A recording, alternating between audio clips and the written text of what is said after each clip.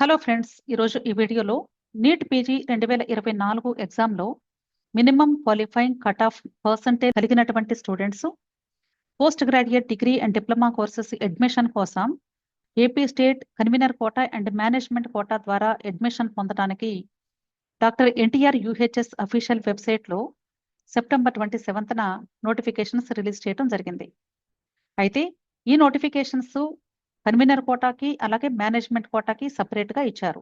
So ఎవరైతే ఏ కోటాలో apply చేసుకోవాలి అనుకుంటున్నారో ఆ కోటాకు సంబంధించినటువంటి అప్లికేషన్ ఫిల్లింగ్ చేయవలసి ఉంటుంది. ఒకవేళ మీరు రెండిటికి అప్లై చేయాలి అంటే 2 అప్లికేషన్స్ కూడా డిఫరెంట్గా చేయవలసి ఉంటుంది. అయితే ఈ అప్లికేషన్ ప్రాసెస్ చేసే ముందుగా మీరు ఇక్కడ ఇచ్చినటువంటి ఈ నోటిఫికేషన్స్ ఒక్కొక్కటి కూడా డౌన్లోడ్ చేసి జాగ్రత్తగా చదివి క్షుణ్ణంగా అర్థం చేసుకొని అప్పుడు మాత్రమే మీ ప్రాసెస్ని స్టార్ట్ చేయండి. అయితే ఇక్కడ ఒక్కొక్క దానికి 3 నోటిఫికేషన్స్ ఇచ్చారండి. ఫస్ట్ సిక్యూకి సంబంధించి డీటెయిల్ నోటిఫికేషన్ అన్నారు, అలాగే prospectus, third one user manual, అలాగే ఎంక్యూకి సంబంధించి కూడా 3 నోటిఫికేషన్స్ సేమ్ అలాగే ఇచ్చారు. ఇప్పుడు ఫస్ట్ మనం అసలు డీటెయిల్ నోటిఫికేషన్లో ఏముందో ఒకసారి చూద్దాము. ఇది కన్వీనర్ కోటాకు సంబంధించినటువంటి detail notification.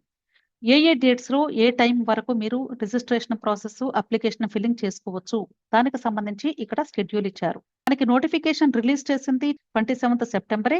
Registration and application process start చేసింది కూడా సెప్టెంబర్ 27th నైట్ 9 గంటలకి స్టార్ట్ చేశారు. ఈ ప్రాసెస్ అక్టోబర్ 4th రాత్రి 9 గంటల వరకు కొనసాగుతుంది. అంటే వితౌట్ లేట్ ఫీ మీరు అక్టోబర్ 4th వరకు సబ్మిట్ చేసుకునే అవకాశం ఉంది. ఒకవేళ మీరు అప్లికేషన్ ఫిల్లింగ్ కంప్లీట్ అవ్వకపోతే లేట్ సబ్మిషన్ అయితే మీరు లేట్ ఫీ కట్టి అక్టోబర్ 5వ తారీఖు ఉదయం 9 గంటల నుండి అక్టోబర్ 7వ తారీఖు రాత్రి 9 గంటల వరకు కూడా మీరు అప్లై చేసుకునేటువంటి అవకాశం ఇస్తూ ఉన్నారు. ఈ లింక్ని మీరు క్లిక్ చేసి మీ యొక్క ఆన్లైన్ అప్లికేషన్ ప్రాసెస్ స్టార్ట్ చేసుకోవచ్చు. అసలు ఈ ప్రాసెస్కి ఎవరెవరు అప్లై చేసుకోవచ్చు అనే దానికి ఇక్కడ క్వాలిఫైయింగ్ కట్ ఆఫ్ పర్సెంటేజ్ మాత్రమే మెన్షన్ చేశారు. జనరల్ ఈడబ్ల్యూఎస్ కేటగిరీ స్టూడెంట్స్ ఎవరైతే ఉన్నారో వాళ్ళు 50th పర్సెంటేజ్ మినిమం కలిగి ఉంటేనే ఈ కౌన్సిలింగ్ లో పార్టిసిపేట్ చేసే అర్హత ఉంది. జనరల్ పీడబ్ల్యూబీడీ కేటగిరీ స్టూడెంట్స్ అయితే 45th పర్సెంటేజ్ ఖచ్చితంగా ఉండాలి. అలాగే SC ST OBC and PWD category students ఎవరైతే ఉంటారో వాళ్ళకి మినిమం 40th పర్సెంటేజ్ ఉంటేనే వీళ్ళు మాత్రమే ఎలిజిబుల్. ఒకవేళ ఎవరైతే ఎంపీపీఎస్ జస్ట్ రీసెంట్ గా కంప్లీట్ అయిపోయిందో వాళ్ళకి internship cut off date August 15, 2024 అని చెప్తున్నారు. అంటే ఎవరైతే ఈ డేట్ లోపు ఇంటర్న్షిప్ కంప్లీట్ చేశారో వాళ్ళు మాత్రమే ఇక్కడ కౌన్సిలింగ్ లో పార్టిసిపేట్ చేయడానికి ఎలిజిబిలిటీ ఉంది అని చెప్తున్నారు. క్లియర్? అలాగే ఒకవేళ ఏదైనా నోటిఫికేషన్స్ లో కానీ మోడిఫికేషన్స్ ఉంటే అవన్నీ కూడా అప్డేటెడ్ నోటిఫికేషన్స్ మనకి వెబ్సైట్ లో వస్తూ ఉంటాయి కాబట్టి రెగ్యులర్ గా టచ్ లో ఉండండి అని చెప్తున్నారు. ఎవరైతే ఇన్ సర్వీస్ కేటగిరీలో అప్లై చేసుకుంటూ ఉన్నారో వాళ్ళకి రెండో డేట్ వచ్చేసి 16/4/2024 అన్నారు. అంటే ఈ డేట్ కంటే ముందు వాళ్ళు చేసినటువంటి సర్వీస్ మాత్రమే కౌంట్ చేస్తారు అని అర్థం. అలాగే ఈ సర్వీస్ క్యాండిడేట్స్ కి ఏజ్ లిమిట్ కూడా చెప్తూ ఉన్నారు. ఈ 16/4/2024 కంటే ముందు వీళ్ళకి 50 years నిండి ఉండకూడదు అని చెప్తున్నారు. అంటే 16/4/1974 ఆ తర్వాత పుట్టినటువంటి వాళ్ళు మాత్రమే ఇన్ సర్వీస్ కోటాలో అప్లై చేసుకోవడానికి ఎలిజిబుల్. అంతే కదండి. ఇక్కడ సిద్ధార్థ మెడికల్ కాలేజ్ లో మనకి ఇంతకు ముందు పర్సెంటేజ్ ఆఫ్ సీట్స్ ఉండేవి. అంటే 36% సీట్స్ ని OU and KU area students కి ఇచ్చేవాళ్ళు. అయితే ఇప్పుడు తెలంగాణ స్టేటు అలాగే ఆంధ్ర స్టేటు 2 విడిపోయినాయి కాబట్టి ఆ సీట్స్ ను కూడా కేవలము ఏయూ అండ్ ఎస్వియు స్టూడెంట్స్ కి మాత్రమే కేటాయిస్తాము అని చెప్తున్నారు. అంటే ఇప్పుడు తెలంగాణ స్టూడెంట్స్ కి సిద్ధార్థ మెడికల్ కాలేజ్ లో సీట్స్ ఇవ్వటం లేదు అనే విషయాన్ని క్లియర్ గా ఇక్కడ మెన్షన్ చేశారు, గుర్తుంచుకోండి. అలాగే ఇక్కడ ట్యూషన్ ఫీజు గురించి కూడా చెప్తూ ఉన్నారు. కన్వీనర్ కోటాలో పార్టిసిపేట్ చేసే వాళ్ళకి ట్యూషన్ ఫీజు ఎంత అంటే clinical degree and diploma courses లో జాయిన్ అవ్వాలి అంటే 4,96,800 రూపీస్ కేటగిరీ ఏ సీట్ మీకు వస్తాయి, అంటే ఫ్రీ సీట్ వస్తాయి. అలాగే para clinical degree and diploma courses కి 1,55,250 రూపీస్ పే చేయాలి. ఈ clinical degree and diploma courses కి 70,380 రూపీస్ ఫీజు అని చెప్తున్నారు. అలాగే మీకు అంటే హెల్ప్ లైన్ నెంబర్స్ కూడా ఇచ్చారండి. ఒకవేళ మీకు ఏదైనా డౌట్స్ ఉంటే యూనివర్సిటీకి కాల్ చేసి లేదా మెయిల్స్ చేసి మీ యొక్క డౌట్స్ క్లారిఫై చేసుకోవచ్చు అని చెప్తున్నారు. అలాగే ప్రాస్పెక్టస్ చూసినట్లయితే టోటల్ గా 52 pages లో ప్రాస్పెక్టస్ ఉంది. ఈ టోటల్ ప్రాస్పెక్టస్ ని మీరు కనీసం ఒక్కసారైనా కొంచెం క్విక్ గానైనా చదివి అర్థం చేసుకొని ఆ తర్వాత మాత్రమే మీ ప్రాసెస్ స్టార్ట్ చేసుకోండి. అంటే అప్లికేషన్ ప్రాసెస్ స్టార్ట్ అయిపోయింది కాబట్టి ఆల్రెడీ కేవలం కొద్ది రోజులు మాత్రమే ఈ registration process and application filling కి టైం ఉంది కాబట్టి ఎంత మీరు ఫీజు కట్టాలి అనేది కూడా ఇక్కడ నేను జస్ట్ చూపిస్తూ ఉన్నాను. ఎంత ఫీజు కట్టాలి అనేది కూడా ఇక్కడ ఇచ్చారు టాబ్లెట్ ఫార్మాట్ లో ప్రాస్పెక్టస్ లో, మీరు ఒకసారి చూసుకోండి. ఓసీ, బీసీ కేటగిరీ స్టూడెంట్స్‌కి రూ. 7,080 పే చేయాల్సి ఉంటుంది. అదే ఎస్సీ, ఎస్టీ స్టూడెంట్స్ అయితే రూ. 5,900 పే చేయాలి. ఇది వితిన్ ఏపీలో చదివితే.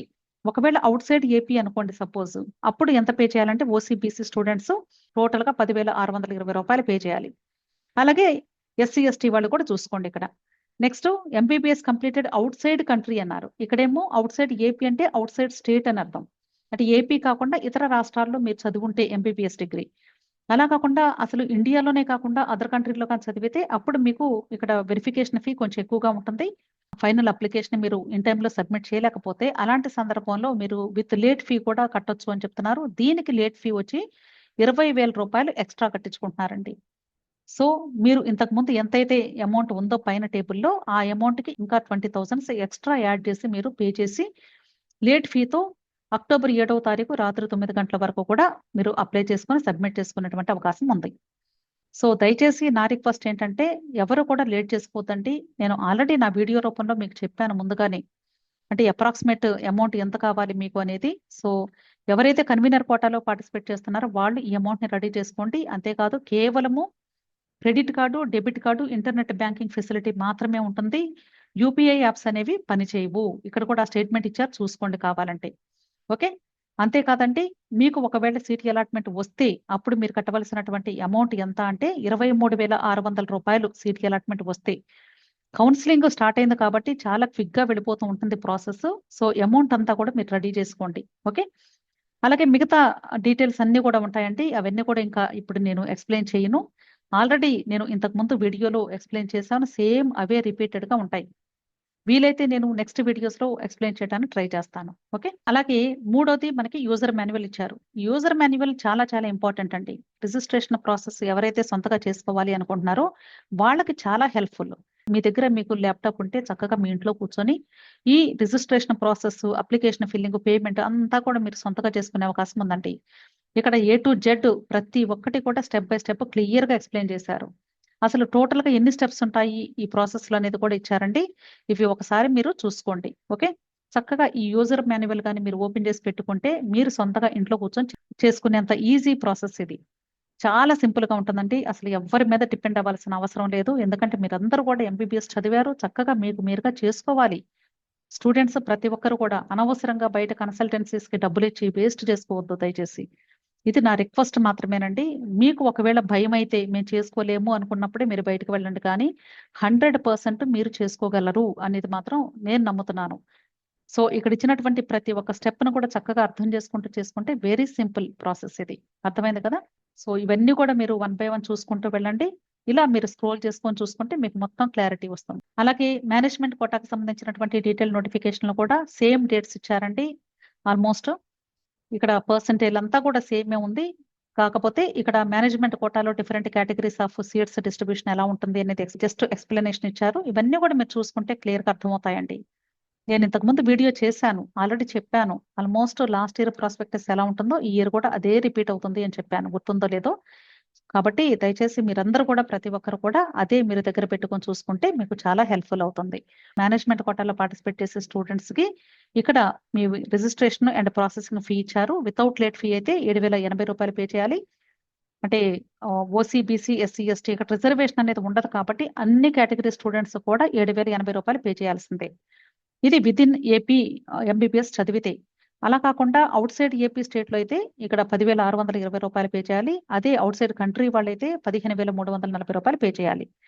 ఒకవేళ మీరు లేట్ ఫీతో గాని అయితే రూ. 20,000 ఎక్స్‌ట్రా పే చేయాలి. రూ.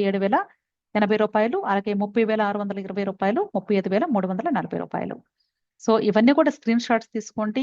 మీ దగ్గర అమౌంట్ అంటే ఆన్‌లైన్ ట్రాన్సాక్షన్‌కి రెడీ చేసుకోండి గుర్తుంచుకోండి. అంటే మీ దగ్గర డబ్బులు లేవని నేను చెప్పడం లేదండి. బట్ ఇక్కడ కార్డ్స్ అనేవి చాలా డిఫికల్టీ అండి. ఎందుకంటే మేము ఎంబీబీఎస్ కౌన్సెలింగ్‌లో చాలా చాలా కష్టపడ్డాము. ఒక్కొక్కరు 2, 3 కార్డ్స్ యూజ్ చేసేవాళ్ళు. అయినా ఫెయిల్ అయ్యాయి. ఒక్కొక్కసారి అమౌంట్ డెబిట్ అయిపోతుంది. తర్వాత ఎప్పటికో క్రెడిట్ అవుతుంది మీకు. అలాంటప్పుడు మీరు చేయాల్సిందేంటంటే ఒకవేళ మీ ట్రాన్సాక్షన్ ఫెయిల్ అయ్యి మీకు అమౌంట్ డెబిట్ అయినా సరే అది తర్వాత క్రెడిట్ అవుతుంది అనే ఉద్దేశంతో మీరు ట్రాన్సాక్షన్ చేయకుండా ఆపొద్దు. మీరు మరలా ట్రాన్సాక్షన్ చెయ్యండి. మీ అమౌంట్ వితిన్ 7 వర్కింగ్ డేస్‌లో మీకు ఆటోమేటిక్‌గా క్రెడిట్ అయిపోతాయి. కానీ ఇప్పుడు ప్రెజెంట్ మీకు పేమెంట్ సక్సెస్ అని మీ అప్లికేషన్ మీద వచ్చేంత వరకు మీరు పేమెంట్ చేయాల్సిందే. అంటే డబుల్ పేమెంట్ చేసి మీరు తప్పనిసరిగా ఈ ప్రాసెస్‌ని కంప్లీట్ చేసుకోవాలి. అది మర్చిపోవద్దు. చాలా మంది స్టూడెంట్స్ ఇలాంటి చిన్న చిన్న మిస్టేక్స్ చేస్తున్నారండి. గుర్తుంచుకోండి ఈ విషయాన్ని. ఓకే. ఇక్కడ అలాగే ఫీస్ స్ట్రక్చర్ కూడా ఇచ్చారు. బి కేటగరీకి ఎంత ఫీజు, అలాగే సి కేటగరీకి ఎంత ఫీజు అని ఇచ్చారు. ఆల్మోస్ట్ లాస్ట్ ఇయర్ ఏ ఫీజ్ అయితే ఉందో అదే సేమ్ రిపీట్ చేశారండి. పెద్దగా వేరియేషన్ అయితే లేదు. ఇంకా ఏదైనా డౌట్స్ ఉంటే వీడియో క్రింద కామెంట్ బాక్స్‌లో కామెంట్ చేయండి. ఎలాంటి వీడియోస్ కావాలి? ఇప్పుడు ఈ నోటిఫికేషన్స్‌కి సంబంధించి ఏ టాపిక్‌ని మీకు ఎక్స్‌ప్లెయిన్ చేయాలి అని మీరు కోరుకుంటున్నారు? దానికి సంబంధించి మీరు కామెంట్ చేస్తే ఆ టైప్ ఆఫ్ వీడియోస్ ఇవ్వడానికి నేను ట్రై చేస్తాను. Okay. So wish all the best అండి. ఈ వీడియో నచ్చితే ఈ వీడియోని లైక్ చేయండి, షేర్ చేయండి. అలాగే మోస్ట్ ఇంపార్టెంట్ ఏంటంటే టెలిగ్రామ్ గ్రూప్ ఉంది. టెలిగ్రామ్ గ్రూప్ లింక్ నేను వీడియో క్రింద డిస్క్రిప్షన్‌లో పెడతాను. ఆ టెలిగ్రామ్ గ్రూప్‌లో జాయిన్ అయినట్లయితే ఈ అప్లికేషన్ ప్రాసెస్ మీకు మీరుగా సొంతగా చేసుకునేటువంటి హెల్ప్ నేను చేస్తాను. ప్రతి ఒక్కరు కూడా మీ ఇంట్లో కూర్చొని మీరు చేసుకునేంత చక్కగా నేను మిమ్మల్ని గైడ్ చేస్తాను గుర్తుంచుకోండి. ఎవ్వరికీ కూడా మీరు రూపాయి ఇవ్వాల్సిన అవసరం లేదు. అలాంటి హెల్ప్ టెలిగ్రామ్ గ్రూప్‌లో ఖచ్చితంగా మీకు లభిస్తుందండి. నేను మాటిస్తూ ఉన్నాను. ప్రతి స్టెప్‌లో కూడా, ప్రతి స్టేజ్‌లో కూడా నేను మీకు హెల్ప్ చేయటం జరుగుతుంది. ఇది నేను మాట చెప్పటమే కాదు, ఖచ్చితంగా అది పాటిస్తాను. Just believe me. Okay. So video నచ్చితే వీడియోని లైక్ చేయండి, షేర్ చేయండి. అలాగే నా ఛానెల్‌ని తప్పకుండా సబ్స్క్రైబ్ చేసుకోండి. Thank you.